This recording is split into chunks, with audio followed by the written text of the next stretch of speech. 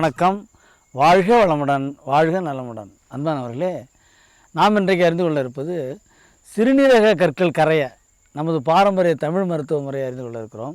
நாட்பட்டு தேங்கிய நீர், மாவு பண்டங்கள், வாயு தன்மையை அதிகரிக்கும் உணவு, உருளைக்கிழங்கு, வாழைக்காய், முட்டை, அந்த விந்துவை அடக்குதல், உணவிலே உப்பு சத்து அதிகமாக எடுத்துக்கொள்வது, இதனால் உப்பு உறைந்து சிறுநீர் பையிலே தங்கி படிப்படியாக அதிகரிப்பதன் காரணத்தினால கல்கள் உருவாகி கல்லடைப்பு ஏற்படுகிறது.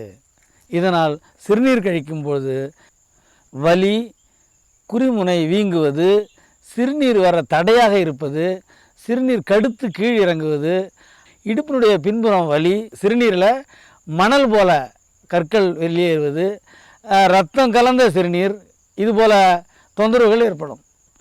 இவ்வாறு ஏற்பட்ட சிறுநீரக கற்களை கரைய நமது எளிய பாரம்பரிய மருத்துவத்தை அறிந்து கொள்வோம்.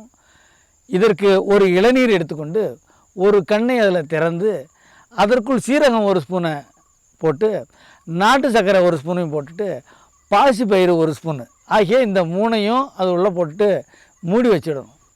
மறுநாள் காலையில் வெறும் வயிற்றில் இந்த மருந்து பொருளுடன் ஊறிய அந்த இளநீரை எடுத்து இளநீரை மட்டும் வடிகட்டி குடிக்கணும்.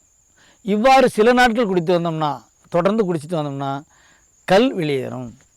எனவே இந்த எளிமையான நமது பாரம்பரிய மருத்துவ முறையை பயன்படுத்தி சிறுநீரக கற்களில் தொந்தரவை அனுபவிப்பவர்கள் இயற்கையாக நிவாரணம் அடையுமாறு அன்புடன் கேட்டுக்கொள்கிறேன். நன்றி. வாழ்க நலமுடன், வாழ்க வளமுடன்.